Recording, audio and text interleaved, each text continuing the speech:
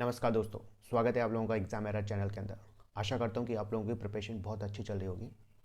आज हम इस वीडियो के अंदर यूपी पीसीएस 2024 के लिए मॉडर्न हिस्ट्री का टॉप 10 पीवाईक्यू लेकर आए हैं और काफ़ी इंफॉर्मेटिव वीडियो है, तो वीडियो कंप्लीट कीजिएगा।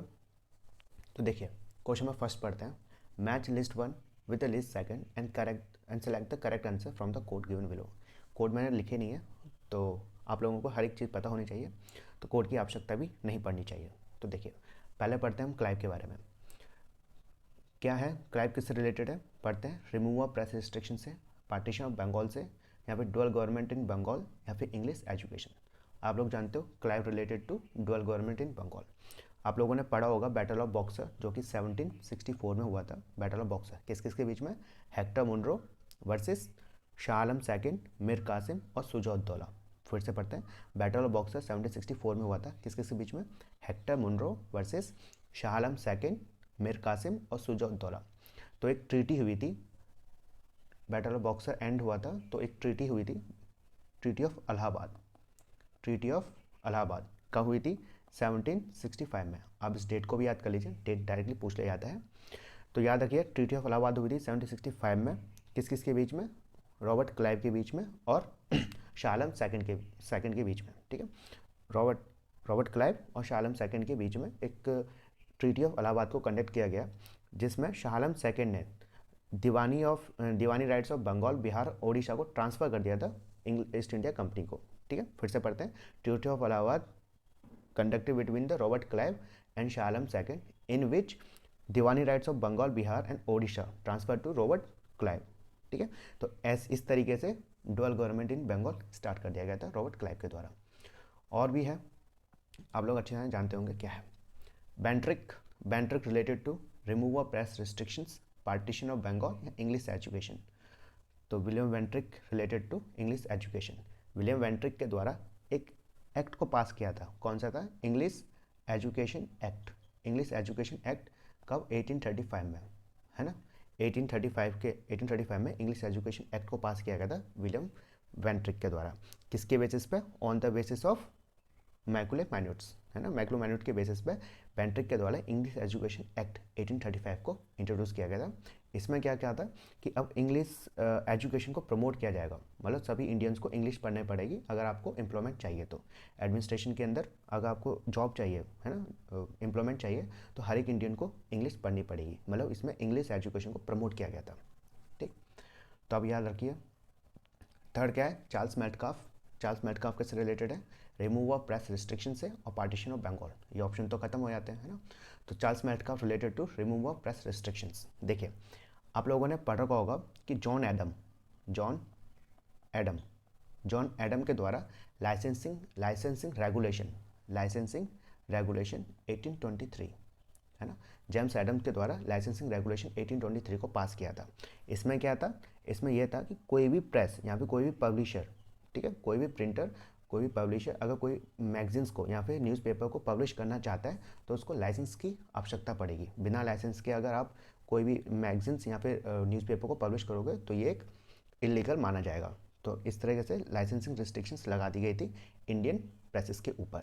तो इसको ख़त्म किया था हमारे चार्ल्स मेटकाल्फ के द्वारा। ठीक है, चार्ल्स मेटकाल्फ के द्वारा एक एक्ट को पास किया गया था, liberation of Indian press. Liberation of Indian press कब? 1835 में। तो आप ये याद रखिएगा कि लिबरेशन ऑफ इंडियन प्रेस लाया था 1835 में चार्ल्स मेटकाल्फ के द्वारा, जिसने लाइसेंसिंग रिस्ट्रिक्शंस को या लाइसेंसिंग रेगुलेशन 1823 को एबलिश किया था।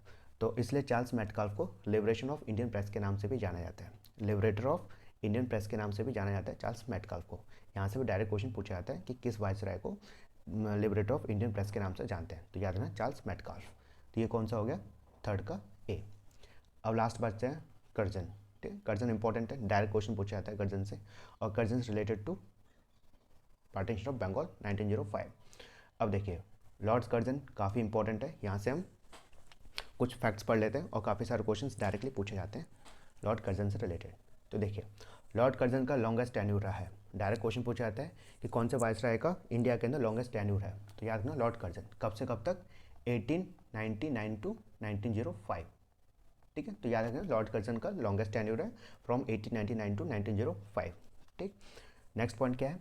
Indian coinage and the paper currency act 1899, direct पूछा जाता है कि इंडियन कॉइनेज और पेपर करेंसी एक्ट कौन से साल में लाए थे, 1899, और किसके टाइम पर, लॉर्ड कर्जन के टाइम पर। ठीक है, नेक्स्ट पॉइंट क्या है, colonel young husband expenditure Saint against Tibet 1904, ये इंपॉर्टेंट है, डायरेक्ट पूछा गया है कई सारे एग्जाम्स के अंदर कि किसके द्वारा कर्नल यंग हस्बैंड एक्सपेंडिचर को सेंड किया था अगेंस्ट तिब्बत इन 1904। 1904 नहीं पूछते वो, बस ये इतना पूछते हैं कि कर्नल यंग हस्बैंड एक्सपेंडिचर को सेंड किया गया था अगेंस्ट किसके द्वारा, तो लॉर्ड कर्जन के द्वारा। ठीक है, तो याद रखना लॉर्ड कर्जन के द्वारा।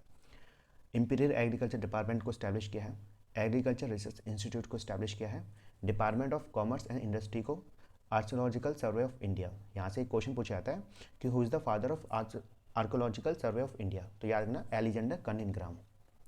एलिजेंडर कनिंघराम को father of archaeological survey of India कहा जाता है, और किसके टाइम पर स्टैब्लिश किया गया था, लॉर्ड कर्जन के टाइम पर।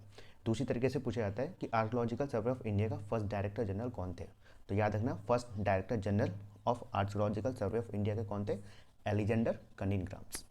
Ancient monument and preservation act 1904, ये भी काफ़ी इंपॉर्टेंट है, डायरेक्ट पूछा जाता है कि ancient monument and preservation act किसके टाइम पर लाया गया था, तो जानना लॉर्ड कर्जन के टाइम पर इस एक्ट को इनेक्ट किया गया था।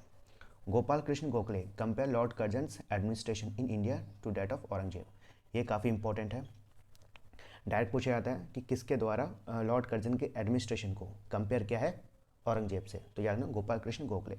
आप लोग जानते हो गोपाल कृष्ण गोखले काफ़ी इंपॉर्टेंट है, क्योंकि गोपाल कृष्ण गोखले हमारे पॉलिटिकल गुरु है महात्मा गांधी के, डायरेक्ट पूछा जाता है कि who is the political Guru of Mahatma Gandhi, तो याद ना गोपाल कृष्ण गोखले। ठीक है, गोपाल कृष्ण गोखले ने 1905 में servant of India society, servant of India society start की थी। आप लोगों को पता होगा Gopal Krishna Gokhale 1905 servant of India society and political group of Mahatma Gandhi. Next point क्या है, स्टैब्लिश्ड इंपीरियल कैडेट कॉर्प्स, ये डायरेक्ट पूछा जाता है, एक बार पूछा जा चुका है, तो इंपीरियल कैडेट कॉर्प्स किसके द्वारा स्टैब्लिश किया गया, लॉर्ड कर्जन। आप चाहे तो एक बार इसका स्क्रीनशॉट ले लीजिए, यहाँ पे अपनी टेक्स्ट बुक के अंदर या बुक के अंदर लिख सकते हैं, काफ़ी इंपॉर्टेंट नॉलेज है लॉर्ड कर्जन से रिलेटेड। क्वेश्चन नंबर सेकंड पढ़ते हैं, arrange the following events chronologically. आजकल जो क्वेश्चन पूछे जाते हैं क्रोनोलॉजी का ऑर्डर में पूछे जाते हैं। ठीक है, तो आप लोगों को हर एक एक्ट की या फिर जो इवेंट्स हुए हैं उनकी ईयर्स याद होनी चाहिए। अब देखो वर्नाकुलर प्रेस एक्ट, देखो अब वर्नाकुलर प्रेस एक्ट कब लाया गया था, 1878 में, तो पहले आपको ये याद होना चाहिए कि वर्नाकुलर प्रेस एक्ट 1878 में लाया गया था। ठीक है, किसके टाइम पर लाया गया था ये भी पूछा जा सकता है, लॉर्ड लिट्टन के टाइम पर।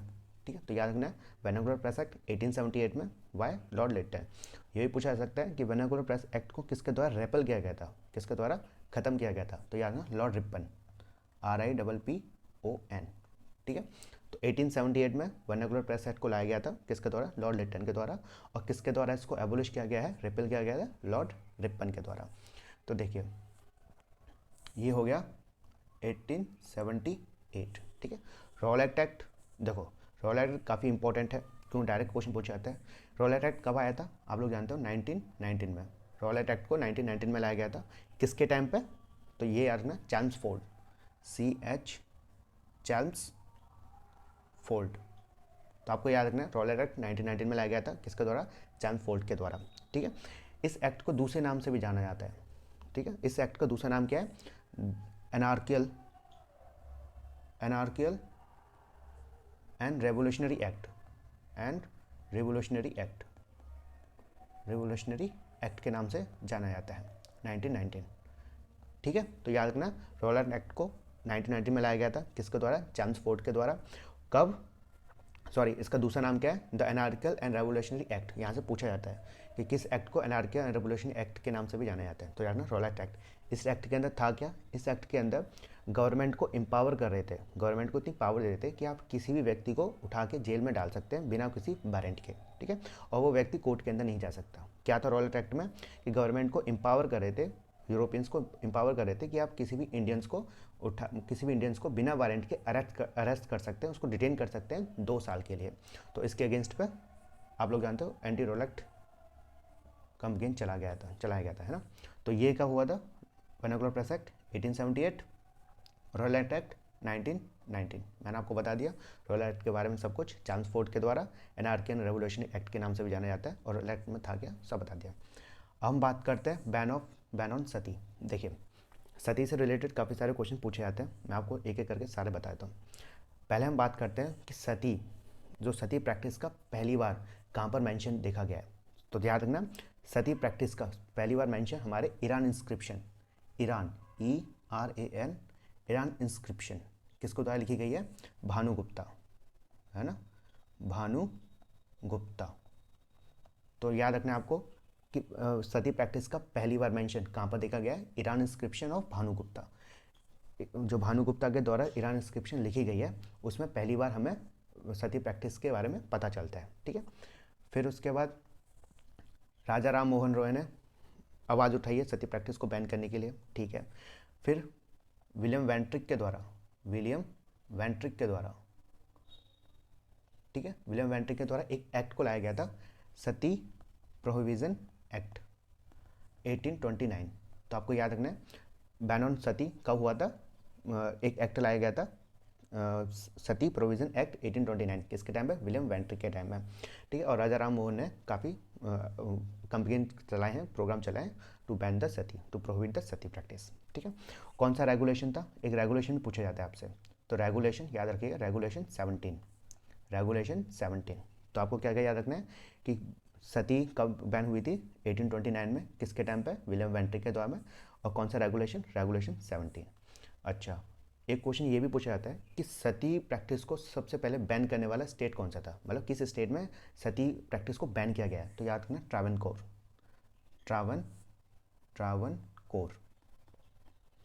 तो आपको ये सारी चीज़ें याद रखनी पड़ेंगी। ईरान इंस्क्रिप्शन के अंदर सबसे पहले सती प्रैक्टिस के बारे में मेंशन है, ठीक। फिर विलियम वेंट्रिक के द्वारा सती प्रोविजन एक्ट 1929 रेगुलेशन 17 में सती प्रैक्टिस को इलीगल डिक्लेयर कर दिया गया था। और ट्रावनकोर पहला ऐसा स्टेट है जहाँ पर सती को बैन कर दिया गया था, ट्रावनकोर। ये सारी इन्फॉर्मेशन आपके पास होनी चाहिए, काफ़ी इंफॉर्मेटिव है। अब वुड डिस्पैच, आप लोग जानते हैं वुड डिस्पैच कब हुआ था? 1854 में। तो देखिए अब आप इजीली कर सकते हैं। वर्नाकुलर प्रेस एक्ट 1878, ठीक है। रॉलेट एक्ट 1919, ठीक। Ban on Sati 1829, Wood dispatch 1854। आप लगाइए, पहला आएगा थर्ड, फिर उसके बाद फोर्थ, फिर उसके बाद फर्स्ट, फिर उसके बाद सेकंड, मतलब 3 4 1 2, मतलब सेकंड का सी आंसर 3 4 1 2। तो ये सारी इंफॉर्मेशन आपके पास होनी चाहिए जो आप इजीली ऐसे क्वेश्चन को टैकल कर सकते हैं। क्वेश्चन नंबर 3 करते हैं। Select the correct chronological order of the following events connected with the Indian struggles for independence from the code given below. Code लिख रखे हैं, तो बताइए। Second round table conference, Karachi session of Indian National Congress, execution of Bhagat Singh और Gandhi urban pact. तो आपको बताना है इसकी सारे इन सभी की ईयर याद होनी चाहिए।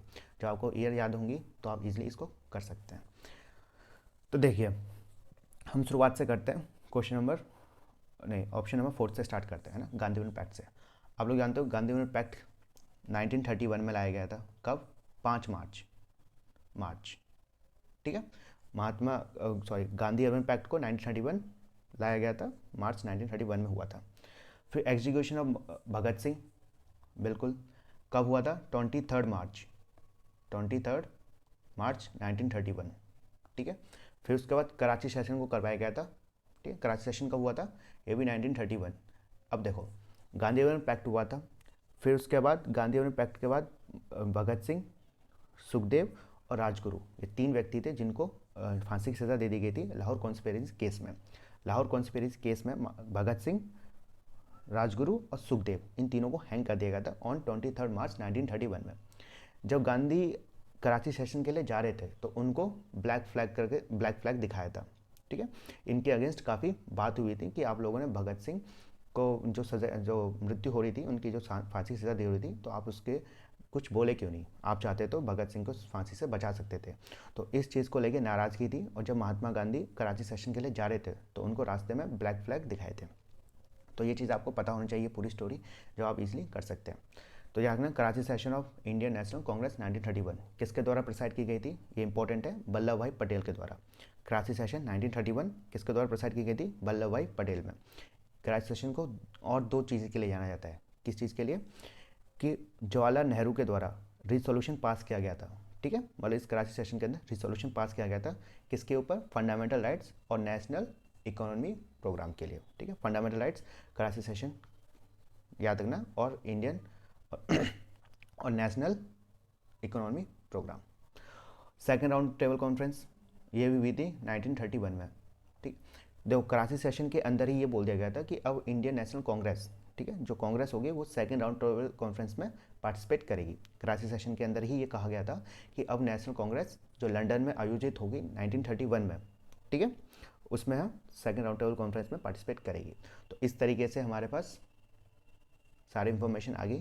तो पहले गांधी वन पैक्ट हुआ है, फिर उसके बाद भगत सिंह 23 मार्च 1931 में भगत सिंह, राजगुरु और सुखदेव, ठीक है, लाहौर कॉन्स्पिरेंसी में हैंग कर दिए गए थे। ठीक है, फांसी की सज़ा दी गई थी। फिर उसके बाद कराची सेशन हुआ है जिसको प्रिसाइड किया है वल्लभ भाई पटेल के द्वारा। ठीक है, फिर उसके बाद कराची सेशन के अंदर ही ये बोल दिया गया था कि अब आज के बाद मतलब सेकंड राउंड टेबल कॉन्फ्रेंस के अंदर कांग्रेस पार्टिसिपेट करेगी। फिर उसके बाद सेकंड राउंड टेबल कॉन्फ्रेंस हुई है। तो उसका मतलब क्या है, 4 3 2 1, 4 3 2 1, option C is the correct answer. ये सारी चीज़ें आपको याद होनी चाहिए। अब question number fourth, match list one with the list second and select the correct answer. मैंने लिखा नहीं है, आपको हर चीज़ पता होनी चाहिए। पहला पढ़ते हैं, चिटागोंग आर्मोरी रेड। चिटागोंग आर्मोरी रेड, पहली बात तो ये बताओ चिटागोंग आर्मोरी रेड कब हुई थी, ईयर का याद होना चाहिए, ईयर कब हुई थी। तो याद रखना 1930 में। तो याद रखना चिटागोंग आर्मोरी रेड 1930 में हुई थी, किसके द्वारा, सूरज सेन के द्वारा। किसके द्वारा, सूरज सेन के द्वारा। और इनके साथ एक औरत भी थी, एक महिला भी थी। तो उस महिला का नाम क्या है, कल्पना दत्त। ये क्वेश्चन पूछा जाता है। ठीक है, ध्यान रखना चिटागोंग आर्मोरी रेड 1913 में किसके द्वारा, सूरज सेन के द्वारा। और इसके ग्रुप में, सूरज सेन के ग्रुप में, इनको पता है प्यार से वो भी कहते थे, अब भूल गया मैं सूरज सेन को, छोड़ आगे बताऊंगा। ठीक है, चिटागोंग शायद आत्मा था, कुछ ऐसे थे, कोई बात नहीं। चिटागोंग आर्मी रेड 1930 में कल्पना दत्त और सूरज सेन के द्वारा। तो थर्ड, काकोरी कॉन्स्पिरेसी। देखो आप लोगों ने पढ़ा होगा काकोरी कॉन्स्पिरेसी कब हुई थी, 1925 में। एक ट्रेन थी 8 डाउन ट्रेन, 8 डाउन ट्रेन, उनको 8 डाउन ट्रेन को लूट लिया गया था। ठीक है, तो याद रखना काकोरी कॉन्स्पिरेसी 1925, 8 डाउन ट्रेन को लूट लिया गया था। किसके द्वारा, रामप्रसाद बिस्मिल को फांसी की सज़ा दी गई थी। और चिटागोंग आर्मोरी रेड 1930 कब, सूरज सेन के द्वारा 1930 में। लाहौर कॉन्स्पिरेसी, अभी मैंने पीछे बताया था लाहौर कॉन्स्पिरेसी। देखो लाहौर कॉन्स्पिरेसी में क्या हुआ था, साइमन कमीशन आया था 1927 में। ठीक है, साइमन कमीशन 1927 1928 दो बार आया है। 1927 1928 में साइमन कमीशन आया था। तो इस पंजाब के अंदर लाहौर जो साइमन कमीशन के अगेंस्ट में पंजाब में, ठीक है, एक प्रोटेस्ट किया जा रहा था किसके अंदर, लाला लाजपत राय। और इन लाला लाजपत राय की मृत्यु हो गई थी लाठीचार्ज के द्वारा। लाठीचार्ज बोल दिया गया था। तो लाठीचार्ज के दौरान लाला लाजपत राय की मृत्यु हो गई। तो लाला लाजपत राय की मृत्यु को बदला लेने के लिए, ठीक है, मृत्यु के बदला लेने के लिए भगत सिंह और राजगुरु के द्वारा एक एएसपी को मार दिया जाता है। एएसपी का नाम क्या था, सॉन्डर। क्या था, सॉन्डर को हत्या कर दी जाती है, किल कर दिया जाता है भगत सिंह के द्वारा। तो वो है लाहौर कॉन्स्पिरेसी केस, तो भगत सिंह। ठीक है, गदर पार्टी, आप लोग जानते हो गदर पार्टी 1913 में सैन फ्रांसिस्को अमेरिका के अंदर बनाई गई थी, किसके द्वारा, लाला हरदयाल। ठीक है, अब देखो हम जल्दी से एक बार पढ़ लेते हैं। चिटागोंग आर्मोरी रेड 1930, सूरज सेन और कल्पना दत्त। ठीक है, काकोरी कॉन्स्पिरेसी 1925 किसके द्वारा, रामप्रसाद बिस्मिल। इसमें 4 लोग थे जिसमें इनको हैंग कर दिया गया था, रामप्रसाद बिस्मिल को। कौन कौन, 4 व्यक्ति थे जिनको हैंग कर दिया गया था काकोरी कॉन्स्पिरेसी केस में 1925 में। कौन कौन, रामप्रसाद बिस्मिल, असफुल्ला खां, रोशन सिंह और राजेंद्र प्रसाद। ठीक है, ये सारे। Lahore conspiracy Bhagat Singh, Ghadar party Lala Hardayal. ठीक, देखिए Lahore conspiracy case, Rajguru and Bhagat Singh killed ASP Saunders in Lahore 17 December 1928। ठीक है, Chandrashekhar Azad kill police head constable Chandan Singh. ये भी इंपॉर्टेंट है, डायरेक्ट पूछा जाता है कि चंद्रशेखर आज़ाद के द्वारा किस पुलिस हेड कांस्टेबल को मारा गया था। तो यानी छानन सिंह। भगत सिंह, राजगुरु, सुखदेव वे हैंग टू डेथ ऑन 23 मार्च 1931। ये मैं बता चुका हूँ आपको, 23 मार्च 1931 में भगत सिंह, राजगुरु और सुखदेव जी को फांसी की सज़ा दी गई थी। तो याद रखना लाहौर कॉन्स्पिरेसी केस में क्या था। ठीक है। साइमन कमीशन के अगेंस्ट में पंजाब में प्रोटेस्ट हो रहा था और उस प्रोटेस्ट के अंदर लाला लाजपत राय थे, तो लाला लाजपत राय की हत्या कर दी जाती है ड्यूरिंग द लाठी चार्ज बोलती थी, तो इसके कारण उनकी लाला लाजपत राय की हत्या हो गई थी। तो उस हत्या का बदला लेने के लिए राजगुरु और भगत सिंह ने किल्ड एएसपी सौंडर की हत्या कर दी गई थी। तो ये हमारे लाहौर कॉन्स्पिरेसी केस है, याद रखना 1928। अब देखिए 23 मार्च को क्वेश्चन पूछा जाता है, तो 23 मार्च को सेलिब्रेट एज शहीद दिवस, ठीक है। 23 मार्च को हम शहीद दिवस के रूप में सेलिब्रेट करते हैं। काकोरी क्रांति की पूरी कहानी, अब देखिए काकोरी क्रांति मैं बताता हूँ। 9 अगस्त 1925 शाहजहाँपुर से लखनऊ जा रही नंबर 8 डाउन ट्रेन को लूटा ताकि ब्रिटिश सरकार के खजाने में सेंध लगाई जाए, ठीक है। तो आपको ये ट्रेन का याद रखना है, 8 डाउन ट्रेन। किसको क्या सज़ा मिली? फांसी की सज़ा राम प्रसाद बिस्मिल, मैं बता चुका हूँ आपको, राम प्रसाद बिस्मिल, असफगुल्ला खान, रोशन सिंह और राजेंद्र नाथ लाहौरी, ठीक है। राम प्रसाद बिस्मिल, असफगुल्ला खान, रोशन सिंह और राजेंद्र नाथ लाहौरी, ठीक है। काला पानी की सज़ा किसको दी गई? सचिंद्र सन्याल और सचिंद्र बख्शी। तो आपको याद रखना है कि फांसी सज़ा 4 लोगों को दी गई थी, राम प्रसाद बिस्मिल, असफगुल्ला खान, रोशन सिंह और राजेंद्र नाथ लाहौरी, और काले पानी की सचिन सन्याल और सचिंद्र बख्शी को। बाकी बचे क्रांतिकारियों को 4 से 14 साल तक की सज़ा, ठीक है। अब देखो on the 18 April 1930 Chittagong Armori red was carried out under the leadership of master दा सूर्यसेन, ठीक है। तो जहाँ गया मास्टर दा, हाँ, सूर्यसेन को दूसरे नाम से कहा जाता है मास्टर दा, मैं आत्मदा बोल दिया था माफ़ करना, आत्मदा तो मृत्यु होती है। तो सूर्यसेन को किसके नाम से जानते थे? मास्टर दा के नाम से। और चित्तागोंग आर्मोरी रेड कब हुई थी? 1930 में, और उनके साथ एक महिला ने भी पार्टिसिपेट किया था, उन महिला का नाम क्या था? कल्पना दत्त। पूछा जाता है यहाँ से कल्पना दत्त से। क्वेश्चन नंबर 5 इंपॉर्टेंट है, कोर्ट्स में लिखे नहीं है क्योंकि हम एक एक को करने वाले हैं। प्रार्थना समाज किसके द्वारा स्टार्ट किया गया था? तो प्रार्थना समाज, ठीक है, महादेव गोविंद रनांदे के द्वारा। रामकृष्ण मिशन किसके द्वारा? स्वामी विवेकानंद। देखो स्वामी विवेकानंद से इंपॉर्टेंट क्वेश्चन पूछे जाते हैं कभी कभार। पहला क्वेश्चन कैसे पूछा जाता है कि स्वामी विवेकानंद चिकागो गए थे, ठीक है, कब गए थे, उनकी ईयर क्या थी? तो याद रखना आपको 1893 में, 1893 में स्वामी विवेकानंद चिकागो गए थे to participate the world religious conference जो आयोजित की गई थी चिकागो में। तो विवेकानंद उन्होंने पार्टिसिपेट किया था, कब गए थे? 1893 में। तो ये आपको याद रखना है 1893। और रामकृष्ण मिशन कब इस्टेब्लिश किया गया है, कब चलाया गया है? 1897 में। तो आपको याद रखना है Ramakrishna mission started by the Swami Vivekananda, कब? 1897। सत्यशोधक समाज आप लोग जानते हो, सत्यशोधक समाज ज्योतिबा फुले, है ना, सत्यशोधक समाज ज्योतिबा फुले के द्वारा। नेक्स्ट क्या है? Mohammad Anglo Oriental college Aligarh.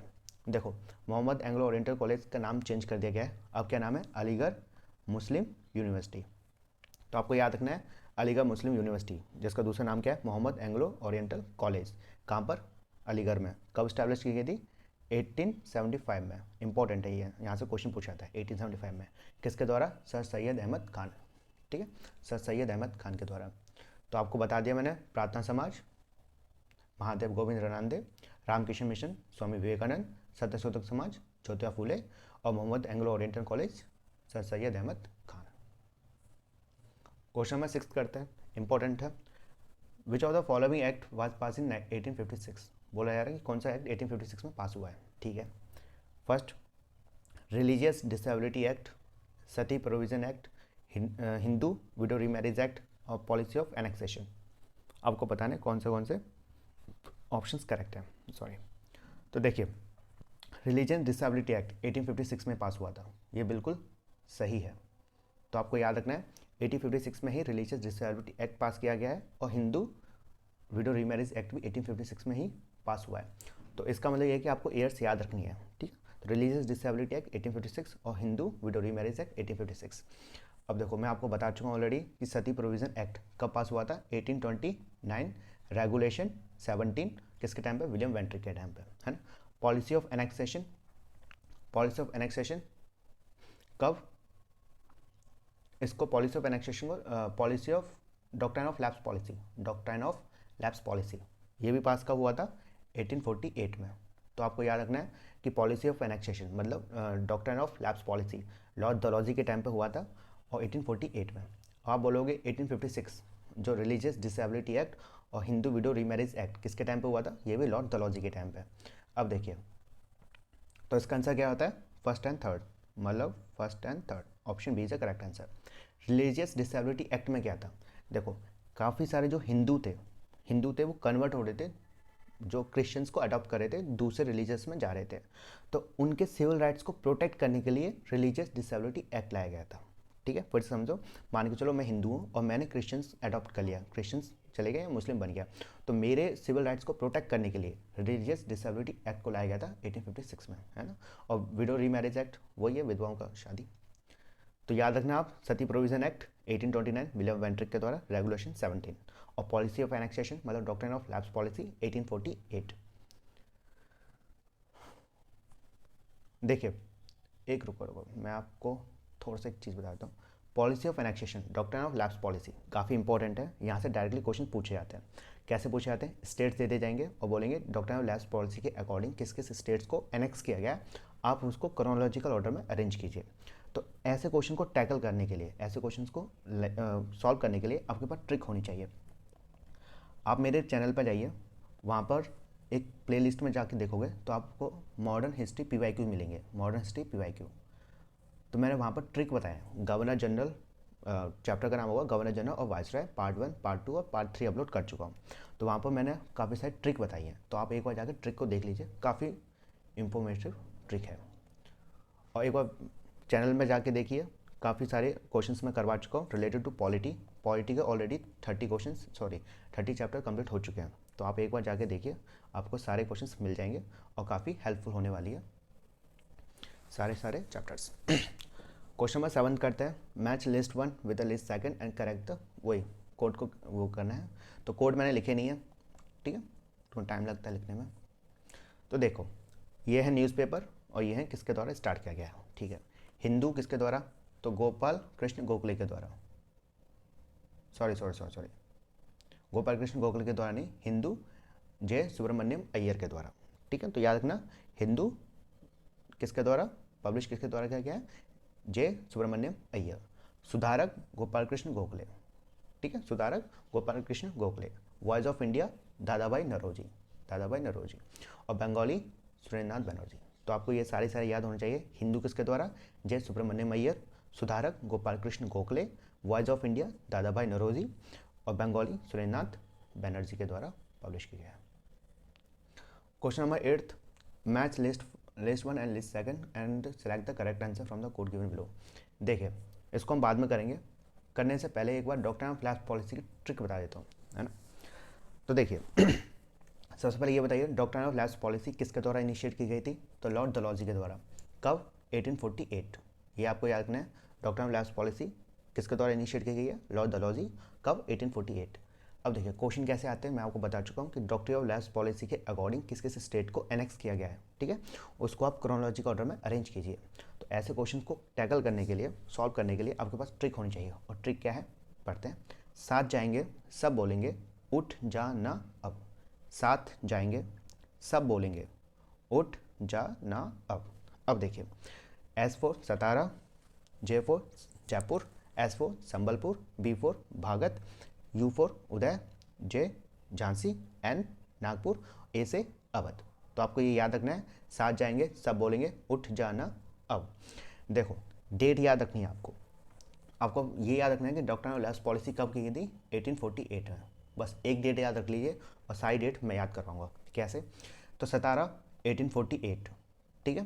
फिर उसके बाद 1849। बस आपको एक चीज़ याद रखनी है, जयपुर और संबलपुर एक ही साल में एनेक्स किया गया, मतलब 1849 में जयपुर और संबलपुर दोनों स्टेट्स को एनेक्स किया गया 1849 में, ठीक है। तो 1849, ये 1849, ठीक है। फिर आता है भागत 1850 में। फिर उसके बाद यहाँ पर एक साल का गैप है, ठीक है। कैसे, साथ जाएंगे सब बोलेंगे, एक साल का गैप मतलब 1851। कहने का मतलब यह है कि 1851 में किसी भी स्टेट को एनेक्स नहीं किया गया, ठीक है। 1851 में डॉक्ट्रिन ऑफ लैप्स पॉलिसी के कारण किसी भी स्टेट को एनेक्स नहीं किया गया, ठीक है। फिर उसके बाद उदयपुर 1851 गया, 1852 फिर झांसी 1853, फिर फिर नागपुर 1854, फिर यहाँ पर 1 साल का गैप, अवध का 1 साल का गैप, 1 साल का गैप मतलब 1855 में किसी भी स्टेट को अनेक्स नहीं किया गया, ठीक है। फिर अवध 1856 में, ये इंपॉर्टेंट है 1856 वाला।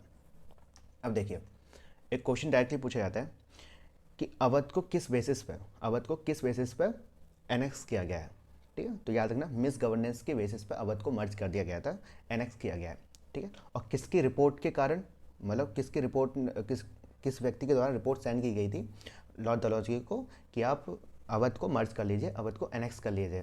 तो याद रखना James Outram report was the base of Awadh merge in February 1856। तो याद रखना है जेम्स आउटरम ने रिपोर्ट सेंड की थी लॉर्ड डलहौजी को कि आप अवध को मर्ज कर लीजिए, अवध को एनेक्स कर लीजिए, किसके बेसिस पे, on the basis of miss governance. ये इंपॉर्टेंट है, यहाँ से क्वेश्चन पूछा जाता है मिस गवर्नेंस। तो याद रखना जेम्स आउटरम से क्वेश्चन पूछा जा चुका है मिस गवर्नेंस से, और इसकी डेट से 1856 की डेट से। आप एक बार प्ले लिस्ट में जाके देखिए, उसमें मैंने गवर्नर जनरल और वाइसराय के 3 पार्ट्स बना चुका हूँ, और भी पार्ट आएंगे, पार्ट 4 भी आ सकता है उसका। तो आप देखना उसके अंदर किस तरह से क्वेश्चन पूछे जा चुका है डॉक्टर ऑफ लैब्स पॉलिसी से रिलेटेड। तो आप एक बार जाके देख लीजिए, काफ़ी इंफॉर्मेटिव वीडियो है। और हम लॉर्ड डलहौजी से रिलेटेड कुछ फैक्ट्स पढ़ लेते हैं, काफ़ी इंपॉर्टेंट है, यहाँ से डायरेक्ट क्वेश्चन पूछे जाते हैं।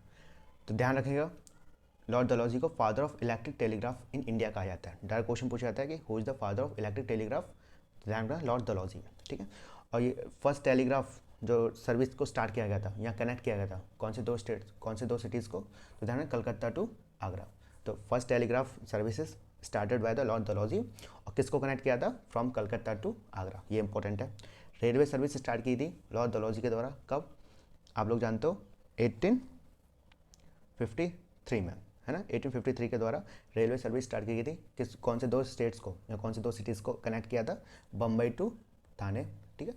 एक और क्वेश्चन पूछा था किस कंपनी के द्वारा रेलवे सर्विस को स्टार्ट किया गया था, तो याद रखना ग्रेट इंडिया पेनिनसुला रेलवे, ध्यान रखना great India peninsula railway company थी जिन्होंने रेलवे सर्विस को स्टार्ट किया था इंडिया के अंदर, कब, 1853 में। कौन से स्टेट्स को, मतलब कौन से सिटीज़ को कनेक्ट किया था, Bombay to Thane. Doctor of labs policy मैंने बताया था आपको 1848 में स्टार्ट की गई थी, और इसका एक ट्रिक भी बताई थी, साथ जाएंगे सब बोलेंगे उठ जाना अब। पोस्ट ऑफिस एक्ट 1854 में डायरेक्ट पूछा जाता है कि पोस्ट ऑफिस एक्ट, ठीक है, किसके टाइम पे लाया गया था, तो लाया गया Lord Dalhousie. PWD public work department, ये डायरेक्ट पूछा गया एक बार कि पब्लिक वर्क डिपार्टमेंट किसके द्वारा इस्टेब्लिश किया गया है, तो Lord Dalhousie. Window remarriage act अभी हमने बता दिया, विडो रीमैरिज एक्ट। एक और आया था 1856 में, कौन सा, रिलीजियस डिसेबिलिटी एक्ट 1856। तो आपको ये याद रखना है, widow remarriage act 1856 Lord Dalhousie, और religious disability act 1856 Lord Dalhousie, है ना। फर्स्ट इंजीनियरिंग कॉलेज, पहला engineering college Thomas college at Roorkee, ये भी क्वेश्चन पूछा जा सकता है कि फर्स्ट इंजीनियरिंग कॉलेज किसके टाइम पर खोला गया था, तो याद रखना लॉर्ड डलहौजी इस्टेब्लिश किया गया था, लॉर्ड डलहौजी के द्वारा फर्स्ट इंजीनियर कॉलेज, कहाँ पर, रुड़की में, ये भी इंपॉर्टेंट है। क्वेश्चन नंबर 9 इंपॉर्टेंट है, देखते हैं। Which one of the following is correct chronological order of the battle fought in India in 18th century, ठीक है, क्रोनोलॉजिकल ऑर्डर में अरेंज करना है। देखो ऐसे बैटल्स को याद करने के लिए, ठीक है, मैं एक वीडियो लेकर आऊँगा जिसमें सारे बैटल्स होंगे, तो आप एक बार उसको जाके देख सकते हैं। तो इस सब चीज़ के लिए आपको चैनल को सब्सक्राइब करना पड़ेगा, ताकि मैं जब भी ये वीडियो डालूँ तो आप लोगों को पता चल जाए और आप लोग उसका फ़ायदा उठा सकें। तो हम एक एक बैटल को पढ़ते हैं, क्योंकि अगर आपको सारे बैटल की नॉलेज होगी जब भी आप ऐसे क्वेश्चंस को कर सकते हो, तो काफ़ी डिटेल में हम करेंगे। तो देखो बैटल ऑफ बॉन्डीवाश, आप लोग जानते हो बैटल ऑफ बॉन्डीवाश कब हुआ था, 1760 में, है ना। बैटल ऑफ बॉन्डीवाश 1760 में किस किस के बीच में, फ्रांस वर्सेस ब्रिटिशर्स। तो याद रखना बैटल ऑफ बॉन्डीवाश 1760 किस किस के बीच में, फ्रांस और ब्रिटिशर्स। फ्रांस आर्मी किसके अंडर में काम कर रही थी, मतलब किस, फ्रांस आर्मी कौन लीड कर रहा था, काउंट डी लेली, है ना। तो आपको याद रखना है फ्रांस आर्मी किसके अंडर में लीड कर रहे थे, काउंट डी लेली। और ब्रिटिशर्स की आर्मी कौन लीड कर रहा था, ब्रिटिश आर्मी को अय्यर कोटे, आपको ये याद होना चाहिए। तो याद रखो बैटल ऑफ बॉन्डीवाश 1760 में किस किस के बीच में, फ्रांस और ब्रिटिशर्स। फ्रांस आर्मी को कौन लीड कर रहा था, काउंट डी लेली, और ब्रिटिश आर्मी को कौन लीड कर रहा था, अय्यर कोटे। तो ये आपको याद रखना है। अब आते हैं बैटल ऑफ बॉक्सर। मैं आपको भी पहले बता चुका हूँ बैटल ऑफ बॉक्सर कब हुआ था, 1764 में। किसके बीच में, Hector Munro versus Mir Qasim, Shuja ud Daula और शाह आलम सेकंड। ठीक है, बैटल ऑफ बॉक्सर 1764 में Hector Munro versus Shah Alam second, Shuja-ud-Daula और मीर कासिम के बीच में। अब battle of amber, battle of amber आप लोगों को पता होगा कब हुआ था, 1749 में, जब सेकंड एंग्लो कार्नेटिक वार हुआ था। तो जब बैटल ऑफ एम्बर को लड़ा गया था किस किस के बीच में, फ्रांस और इंग्लिश, फखरुद्दीन है ना, और एक अनवरुद्दीन। ठीक है, अनवरुद्दीन के बीच में हुआ था battle of amber 1749 during the second Anglo Carnatic war. Battle of Plassey important है, आप लोगों ने पढ़ा होगा बैटल ऑफ प्लासी कब हुआ था, 1757 में। किस किस के बीच में, रॉबर्ट क्लाइव और सिराज-उद-दौला, सिराज-उद-दौला। तो याद रखिएगा बैटल ऑफ प्लासी 1757 में बिटवीन द क्लाइव एंड सिराज-उद-दौला। ठीक है, बंगाल के नवाब थे। तो देखिए अब इसको क्रोनोलॉजिकल ऑर्डर में अरेंज करते हैं। तो बैटल ऑफ बॉन्डीवॉश 1760, ठीक। बैटल ऑफ बॉक्सर 1764, ठीक। बैटल ऑफ एम्बर 1749 और बैटल ऑफ प्लासी 1757। ठीक है, तो देखिए सबसे पहले हुआ है बैटल ऑफ एम्बर। तो बैटल ऑफ एम्बर बी और डी में है बैटल ऑफ एम्बर। फिर उसके बाद 1757 बैटल ऑफ प्लासी। तो बैटल ऑफ बॉक्सर ये ऑप्शन खत्म हो गया, तो बैटल ऑफ प्लासी ये। फिर उसके बाद 1760 मतलब बैटल ऑफ बॉन्डीवॉश, फिर उसके बाद बैटल ऑफ बॉक्सर 1764। तो option B is the correct answer. तो आपको ये सारे याद होना चाहिए। ईयर्स काफ़ी सारे इंपॉर्टेंट है, ईयर से डायरेक्टली क्वेश्चन पूछे जाते हैं। देखो किस तरीके से पूछे गए हैं। Question, arrange the following in chronological order and select the correct answer from the code give. Chronological order में ये फिर से ईयर के ऊपर पूछा गया है, डेट के ऊपर पूछा गया है। तो आपको याद रखना है डेट और सारे इवेंट्स को आपको पता होना चाहिए। तो देखिए डांडी मार्च कब हुआ था, 1930 में। आपको बता चुके हैं डांडी मार्च हुआ था 1930 में। ठीक है, साइमन कमीशन 1927 और 1928 किसके टाइम पे, बर्किनहेड। याद रखना बर्किनहेड, ठीक है, बर्किनहेड के टाइम पे। साइमन कमीशन 1927 बर्किनहेड के टाइम पे लाया गया था साइमन कमीशन। पूना पैक्ट आप लोगों ने पढ़ रखा होगा, पूना पैक्ट कॉमनवेल्थ अवार्ड आया था। तो पूना पैक्ट करवाया गया था 1932 में। किस किस के बीच में, महात्मा गांधी और बी आर अम्बेडकर के टाइम पे। ठीक है, पूना पैक्ट 1932 में महात्मा गांधी और बी आर अम्बेडकर के बीच में हुआ था Poona pact. Gandhi urban pact 1931 में, 1931 में। तो देखिए सारी डेट मैंने बता दी, और हम एक एक करके सब करते हैं। डांडी मार्च 1930, ठीक। साइमन कमीशन 1927 ले लो आप। पूना पैक्ट 1932 और गांधी अर्बन पैक्ट 1931। तो अरेंज करते हैं। सबसे पहले आएगा साइमन कमीशन, सेकंड, फिर आएगा हमारा ये 1932 है, फिर आएगा फर्स्ट, फिर आएगा फोर्थ, फिर आएगा थर्ड। तो 2143 C, option C is the correct answer. तो आपको ये सारी डेट याद होनी चाहिए। तो देखो 10 क्वेश्चन हो चुके हैं और काफ़ी इंफॉर्मेटिव था। आशा करता हूँ कि आप लोगों को ये वीडियो पसंद आई हो। वीडियो पसंद आए तो लाइक, शेयर और सब्सक्राइब जरूर कर दीजिए। अगर आप लोगों को अच्छा लगा तो कमेंट कर दीजिए, मैं और भी इस तरह की वीडियो बनाऊँगा। तो मुझे कमेंट में बताइए कि अच्छी लगी या नहीं लगी, मुझे और बनानी चाहिए या नहीं बनानी चाहिए। तो ठीक है, तो पढ़ाई पर ध्यान दीजिए जी। नमस्कार।